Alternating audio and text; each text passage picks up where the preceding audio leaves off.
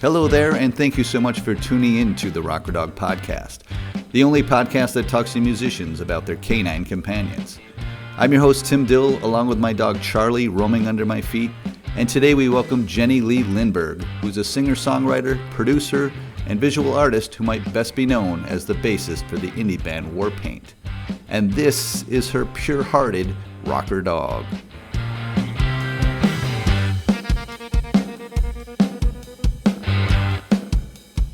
His name is Ludo, and he is a Labradoodle.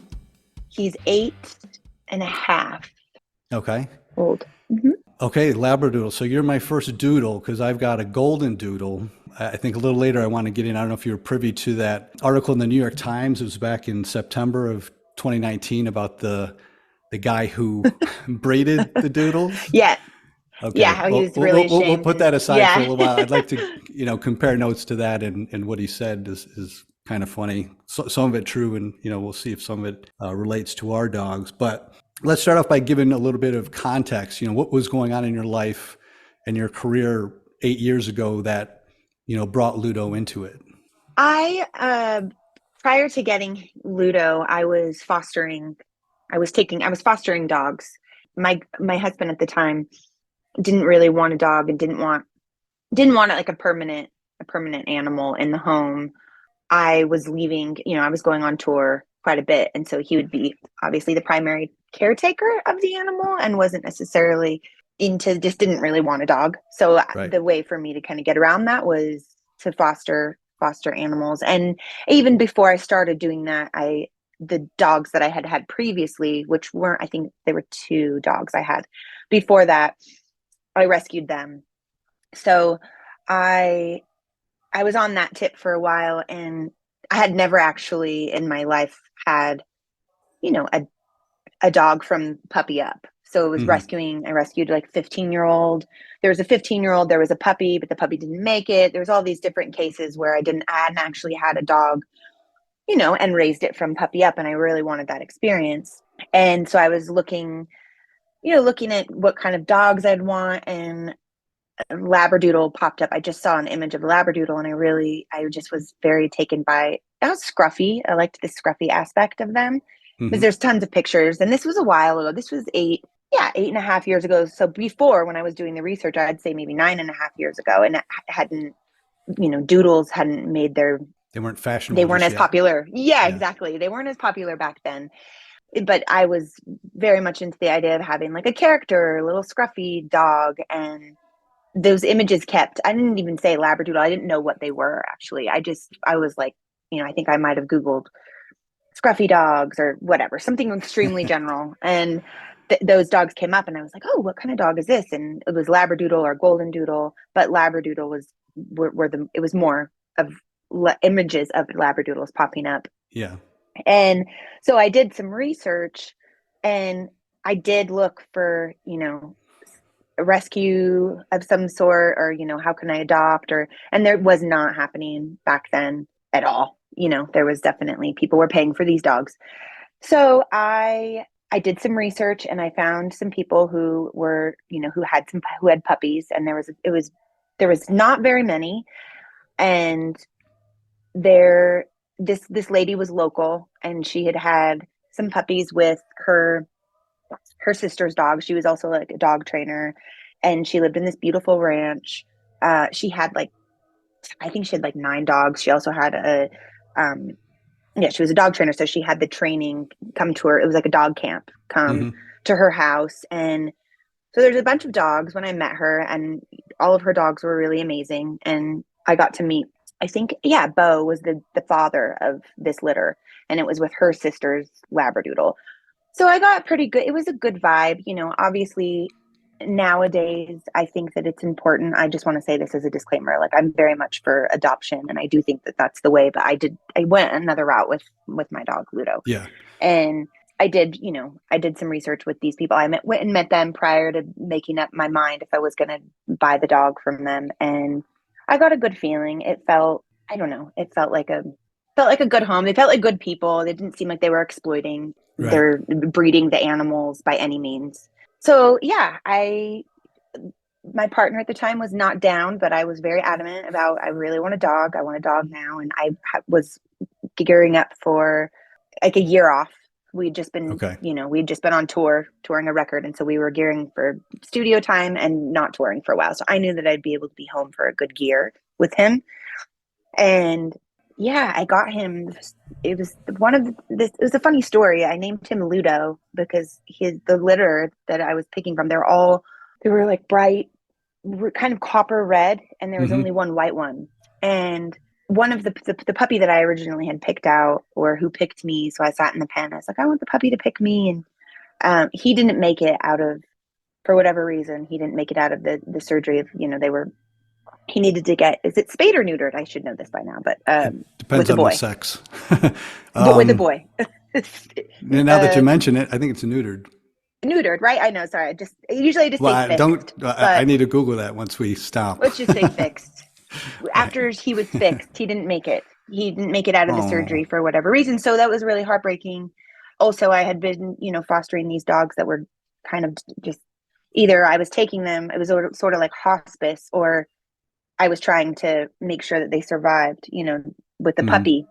So that was kind of like, oh no, it sort of brought all of that up to the surface, and it was a bummer. And I wasn't quite sure if I was going to get one, because I thought, oh wow, this is 3 times in a row, and the last kind of a lot of times dealing with the death of the animals the last maybe 5 months or something. So I was a little hesitant picking out another one. She says, well, we have a few left if you want to come. I was like, we really want a boy. She goes, we have 2 girls and a boy, and ended up being the white one. And I still kept the name. And, the 2 girls were really, really, really cute and coming up to me in the pen, and they were all over me, super snuggly, cuddly. And he didn't want anything to do with me. And I was like, you know what? I want that dog. Like I wanted a boy. And I also I don't know. I thought that it was kind of nice. He was playing hard to get or something. I was up for the challenge. So was there a particular reason why a boy? Was it based on anything really previous? I think that my first dog ever that I had, I found him on the street, and his name was Gump. He was a mutt, and he had actually passed away, at 2.5 years. He got hit by a car, which was a drag, but maybe it was just like, oh, I liked I don't know. I liked the idea of having just the opposite, the boy with the girl.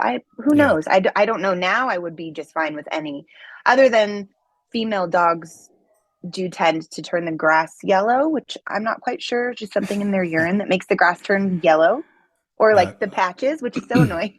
I'll Google that too. Yeah, I'm not sure why, but that would be the only reason. Other than that, I'm down with any animal. I don't care now, but I'm so happy that I took that, that it all worked out for the best, because he really is he's like a person. Yeah. And he's so well behaved. He's such a good boy. How was the puppy stage? Since you did mention that you did want him at the puppy stage, because it's a lot of times it's very difficult. And I know I've talked to previous guests that are like, I was so unprepared for the puppy stage. I loved it. I think I was just really ready to be a mom, be a mom to a dog, or maybe I was having babies. Who knows? My maternal instincts were really kicking in at that time. And we had just gotten a new house that was really animal friendly. And I don't know. I loved it. I took him everywhere I went. And I also, we crate trained him so that he would be potty trained pretty quickly, which he was. He's extremely smart. So I had the trainer come to our house once a week for about 4 months it was. And I got him, I think it was about 3.5, 4 months I got him. So until he was 8 or 9 months, he was being trained once a week. And he got those commands, when she'd come over to the house and she'd teach him how to sit or stay or, whatever they were. I can't remember all the commands, the basic commands. He would get it right away. And then you just have to implement that throughout the week until she came again. And so he really wasn't, maybe he had like 2 accidents, accidents on the carpet. And again, it's like, he's just so cute and small and fluffy that it's like, oh gosh, I don't even know how to like tell him what he did, how he's not supposed to do that. It was like, oh, it was very, he definitely didn't get in trouble a lot. I think being able to, just because he was so small, which is great. I loved bringing him everywhere. I would be driving, he'd be sitting on my lap. I took him everywhere until he was too big to I mean, that's not true, actually. I still brought him to a lot of places, and maybe that's why he seems pretty balanced when he's out in public, and he loves people. But I mean, he's even come on stage with me when I played a show. That's awesome. Just sat there in the middle of the stage and I'm singing to him and he's just looking at everybody out in the audience. He loves people and loves being a part of the action. But the puppy, I would give anything to have a few days of that puppy stage for sure. Yeah. Is it good with other dogs as well? He used to be, which is really funny. My boyfriend's from Utah, and when we started dating 6-7 years ago, I would bring Ludo to Utah because that's where he's from and his family's here. And there was a boxer dog that lived here, and also another little puppy. So it was a girl and a boy. And he had, up until that point, he was great with dogs. He would go to the dog park. He would play. Like, he wasn't snappy. I think maybe because he was still a puppy. And he had puppy energy. But when I started bringing him to Utah, he started getting in fights with the boxers. And the older boxer he had like no teeth. He was old. Mm-hmm. So whenever he would bark at him, like, it sounded vicious, but there was no puncturing happening because he really didn't have many teeth. Right. So it just was very loud and it sounded really alarming. And then Ludo would match that energy. So I thought I had something to really worry about because I had never experienced that with him before. So I thought, oh, maybe it's just the dog. Maybe it's the boxer. Maybe they're both being territorial. Who knows? I mean, they would they would fight and then they would get along and they would love each other and they would lick each other and have a good time and play. And then they would fight. And so it was a very tumultuous, weird relationship that they had. But since then, I would bring him back to LA and I feel like Ludo's a little snappier than he used to be. Right. I'm not sure if he's on the defense just for like permanently now because of that relationship, and that dog has since passed, but he's still, if the dogs are smaller or if it's a girl, I've noticed that he's more than fine. And I would say about 7 out of 10, he's chill, but right. I just never know. He also he doesn't like puppies. He doesn't like small puppies. I never knew that was another Utah thing, which he was fine in LA. I'd bring him to my friend's house and she had this tiny Shih Tzu puppy who was like yappy, like their barks are very high pitched and it was really small and he was just fine with that puppy. So then Utah came around and the boxers had a litter and he was not having it. He snapped, actually. He bit a puppy, which I thought was, oh no, they're gonna put am I gonna put Ludo down? Like, right. He was fine, but he was in the animal kingdom as well. Like, if the little puppy's being annoying, Ludo's dad did that to him. When I took Ludo, I was like, what happened to his eye? He had stitches in his eye. And she said, his father got upset with him because he was walking around the pen growling. And I was like, oh, does he not like the puppies? And she's like, no, he's just telling them to chill out because they're barking. And I witnessed, all the puppies would just lay down and chill. And that was they're animals, so they can communicate with one another. And I guess he didn't listen. So he got nipped. And I would have thought that, oh, shoot. But who knows? Maybe that's what Ludo was trying to do to the puppy too, try to teach him a lesson. But it was alarming, when it happened. And I felt really bad and have now just been very mindful to keep him away from, if it's a puppy, coming up to him, I just kind of take him away just because I don't want him getting snappy. Yeah. Well, yeah. I go through all my guests mostly, when you're doing a show talking to musicians and their dogs, there's not a whole lot that like Wikipedia will give up. So I go to Instagram and look at the photos and look at the captions and try to pick out some stuff that kind of informs the relationship. And a couple of things that stood out to me were, one of your posts, you said, he's the best dog for me and to me, which makes me want to ask the for me part. Why for you? Why was he right for you?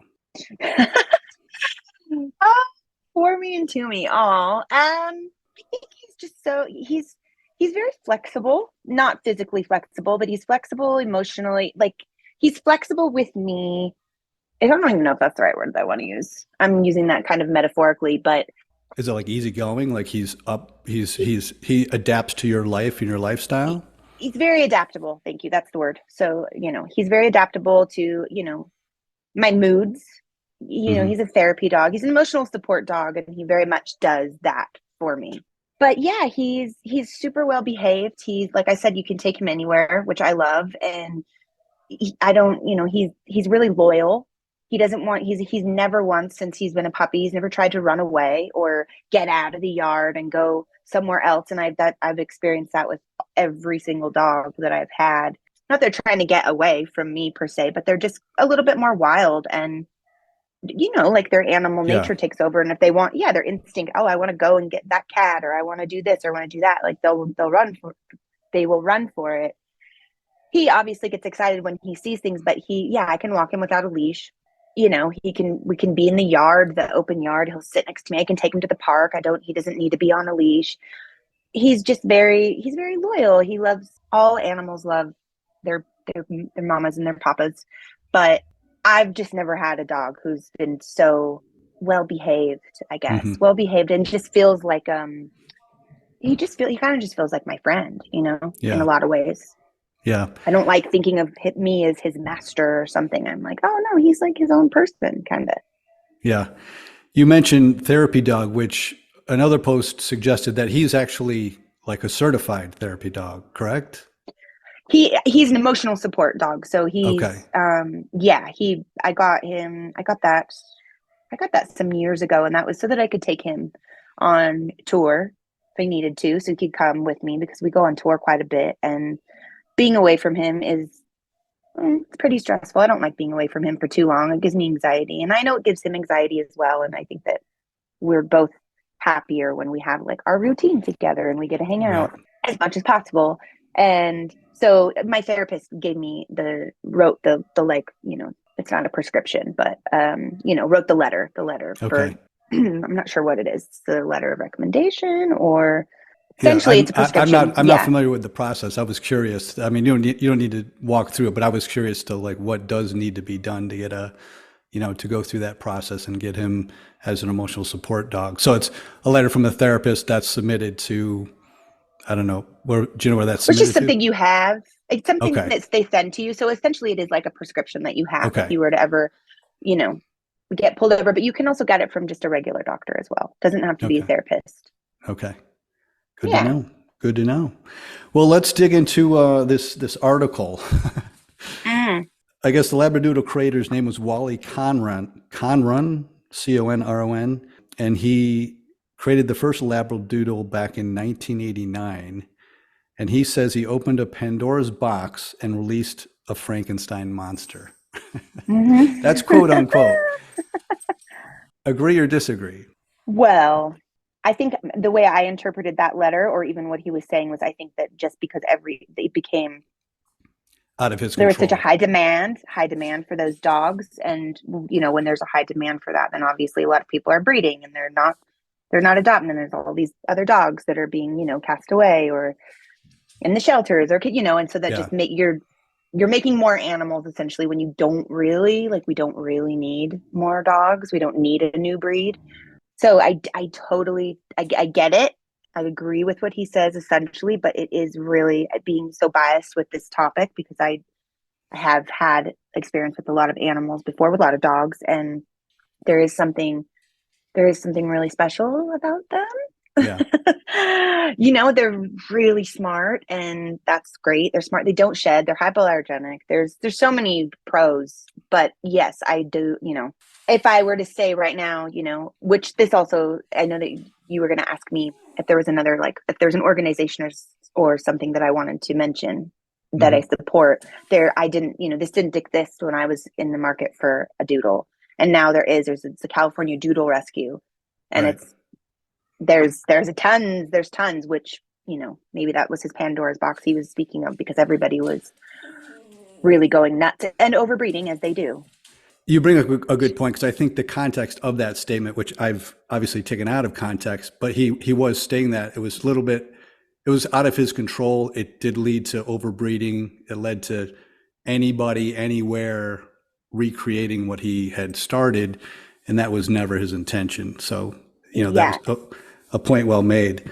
A couple of other, he talked to a dog breeder in defense of the dog, says they are quirky and fun loving, which I think you'll agree. I mean, my dog's, he's definitely a lover, but they don't like to be left alone. Does Ludo have separation anxiety? Yes, big Yeah. time. Yeah, he doesn't like it, but I always thought that was just because I always take him everywhere with me since he was a puppy. But maybe I mean, I've never met a dog that doesn't get upset when you leave and tilt Yeah. their head, and I where are you was going gonna without say, I me? think you can put that on every dog pretty much. Yeah. But I think, the quirks of Charlie here is exactly that, separation anxiety, but to the point where when I put on shoes, you can see him get amped up. If I put on a Mm-hmm. coat, he gets completely amped up. He knows the cues. He recognizes first it was walk, then it was spelling walk, then it was car, then it was spelling. He knows it He all. knows it Like all now. Yep. if it's anything leaving the house, he's clued in and He's he's on. very anxious. Yeah, he's like, where are we going? Yeah, that's what Ludo's always like. Oh, we're going somewhere cool. There's no way that you are going somewhere without me. That's just not happening. Basically how he sees it. And you mentioned him going on tour. Is that both as a solo artist and with Warpaint, or does it just the opportunity and how long the tour is, where the tour is?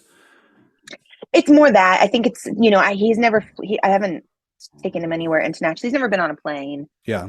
I think he would be a little anxious on the plane, and I would feel like I was maybe abusing his license, his therapy license, by taking him on the Mhm. plane. You know what I mean? I feel like he doesn't need to be, I don't know. It's not Yeah. that deep, and I don't need to take him on, if they're dog friendly, maybe in the future, if there's dog friendly planes, that would be great. But yeah, taking up a whole seat and whatnot, because he is quite big. Feels like a stretch. But usually when I have to drive somewhere, I'll take him. But I would say for the most part, it's been like Cali shows. Right. Just we live in LA, so it's anywhere I can leave from home and drive. If it's Northern California shows, if it's like Santa Barbara or Ventura or whatever, he'll come to those. But he hasn't been on he hasn't been on the bus yet, Yeah. Okay. and he's never flown. So maybe maybe next time, who knows? And who do you trust him with when you do have to go away for any extended period of time? My boyfriend. So my Okay. boyfriend watches him, and he's like his father as well. So yeah, Okay. or his parents. His parents also watch if he can't, and they're in Utah. So Ludo will just go to Utah for a vacation, which is where he spends a lot of time. Well, we do. So they have a nice big house, big yard, and they spoil him. So he likes coming here. And I just picked my dog up. He's 20 pounds. Yours is more like 50, 60? Yeah, he's about 49 pounds. Okay. Okay. I was trying to Yeah. judge by pictures. I couldn't really get quite the scale. If there's any, we talked about behavior, and I asked this question for the first time, the previous guest I interviewed, and she's like, well, the question is, if there's one thing which could change about Ludo, what would it be? And I'll just go on to say that her answer was, as an animal, I wouldn't change anything. I wouldn't want to change his wild spirit, which I completely accept. But if the answer was put to me, as I was saying, he has a lot of anxiety when I show cues that I'm leaving, I would say change that, just change the stress for that. So is there anything behavioral or anything you change if you could wave a magic wand? I think that I would change I would like it if he did like puppies. Okay. Fair enough. And the uncertainty, and that's the thing, is maybe he'll like a puppy, or he'll get used to the puppy, but I don't like dealing with the uncertainty of knowing, not knowing, but of not knowing if he's going to snap, or who knows. I just don't, that gives me anxiety, and I also go out of my way to prevent that, but I would prefer it if he didn't have any qualms with other animals. Yeah. Was there ever a time that you felt like you wanted a second dog, or you'd be open to bringing a second dog, or was it just never really a consideration?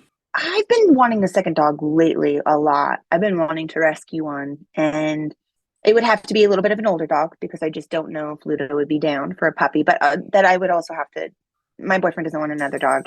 And also thinks that Ludo would be bummed to share the attention, because he is extremely spoiled.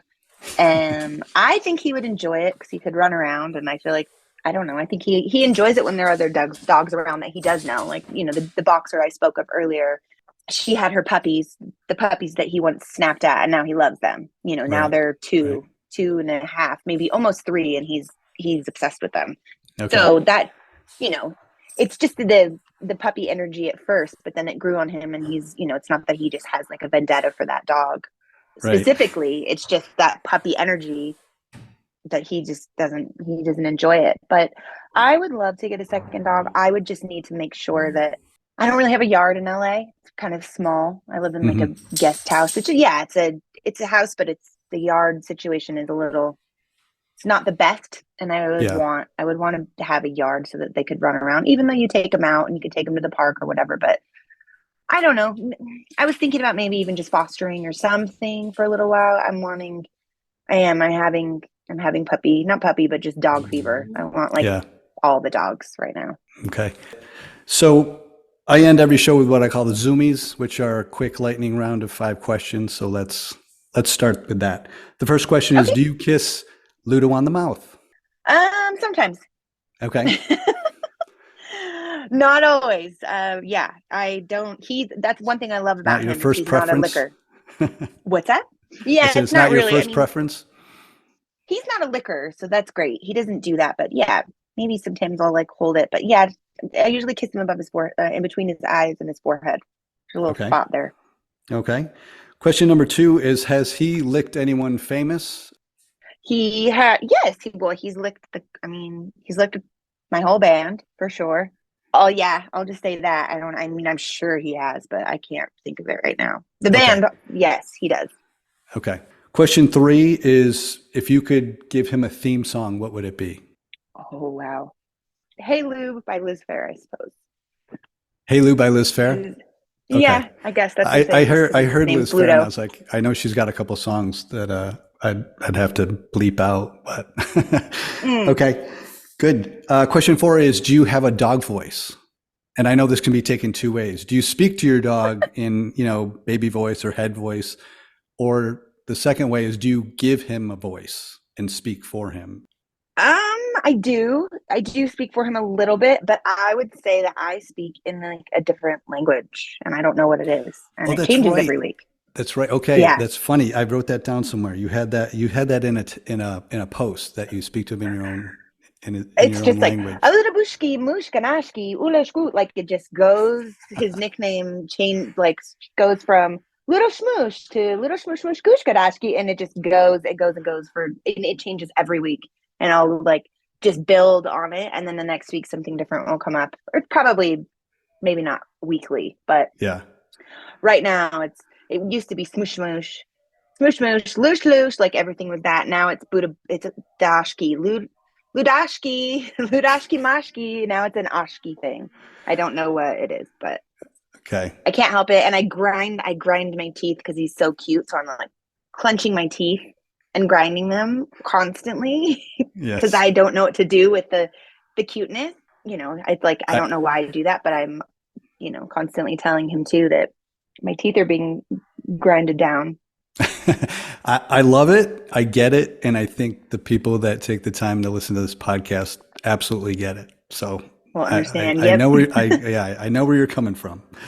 Last but not least, and you answered this, let's just reiterate it, was just giving a shout out to a dog organization or charity. And you had the Doodle organization. What was it called again? It's California Doodle Rescue. Okay. I have do you want me to send you the link at all? Because I feel like I'll get the link, and I can, in my wrap up, I'll let listeners know where they can donate and volunteer and help. So no problem. I just want to make sure that I have it correct. Yeah, California Doodle Rescue. Okay. Yep. Perfect. Yeah. All right. Well, anything in 2023 in the spring, summer, fall? You have festivals coming up? Festival season? We do. We have some festivals. We're going to be in Europe for a month come late June, I believe. We're not doing anything in the US as far as festivals this spring or summer that I know of, but we will be in Europe for a month come June, and we're playing a bunch of festivals, and we'll be posting them on Instagram. I don't know the schedule. I know we're playing Glastonbury. That's the only one I know at the moment. It's been okay. We'll keep an eye out for it. To stay out of the loop. Although we're not in Europe, well, I probably have some European listeners, and I know hopefully they can take advantage. But anyways, Yeah. Jenny, I want to thank you so much for taking your time and sharing Ludo and Ludo's story with us. It's always a pleasure for me, so thank you so much. Absolutely. Thank you for taking the time. It's I love been my talking about the pleasure. animals. All right. Take care. Okay, you too. Thank you. Bye. Bye-bye.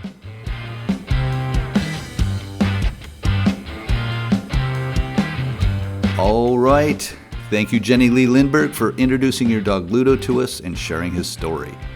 The dog organization Jenny chose to put a spotlight on was California Doodle Rescue, which is a nonprofit organization whose mission is to rescue, foster, and find safe and loving homes for poodles, doodles, and other poodle mixed breed dogs who are lost, abandoned, abused, or homeless. To adopt, foster, volunteer, or donate, visit CaliforniaDoodleRescue.org. Thanks as always for listening, especially if you've made it this far.